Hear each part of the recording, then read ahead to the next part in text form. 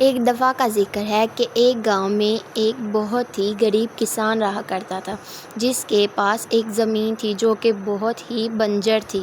अचानक उसके पास एक शख्स आया जो कि एक इंजीनियर था और आकर उसके पास कहने लगा कि अपनी ज़मीन मुझे बेच दो। तुम्हारे लिए ये ज़मीन सिर्फ़ एक बंजर है, लेकिन मेरे लिए ये एक अहम ज़मीन है।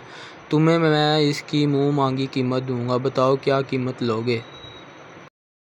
नहीं भाई, ये ज़मीन मैं आपको नहीं दे सकता हूँ, लेकिन तुम्हारे लिए भावें बंजर ये, लेकिन मेरे लिए ये रोज़ी रोटी का वसीला है।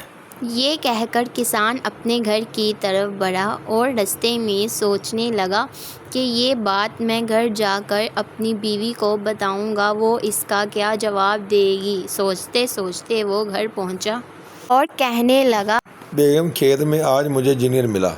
वो मुझे खेत की कीमत मुँह मांगी दे रहा था, लेकिन मैंने मना कर दिया। क्या मैंने ठीक किया? आपने अच्छा नहीं किया। आप ज़मीन दे देते तो हमारी ज़िंदगी सुकून से गुजर जाती, हम शॉपिंग करते। और काफ़ी दिनों बाद किसान खेत की तरफ बढ़ा और वो रास्ते में इसी परेशानी में था। जब किसान खेत के नज़दीक पहुंचा और खेत में उसने जाकर देखा कि खेत हर तरफ से हरा भरा हो चुका है। एंड उसी वक्त इंजीनियर और एक आदमी खेत में आए और कहने लगे कि तुम मेरे खेत में क्या लेने आए हो?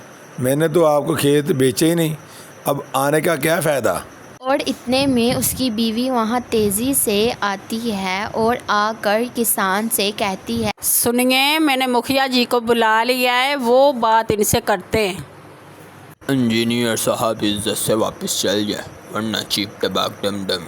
भी मुखिया की बात ख़त्म नहीं हुई कि इंजीनियर वहाँ से चला गया और उस ज़मीन से किसान ने काफ़ी पैसे कमाए और एक अपना प्यारा सा घर खरीद लिया और वो दोनों फिर उसमें हंसी खुशी रहने लगे।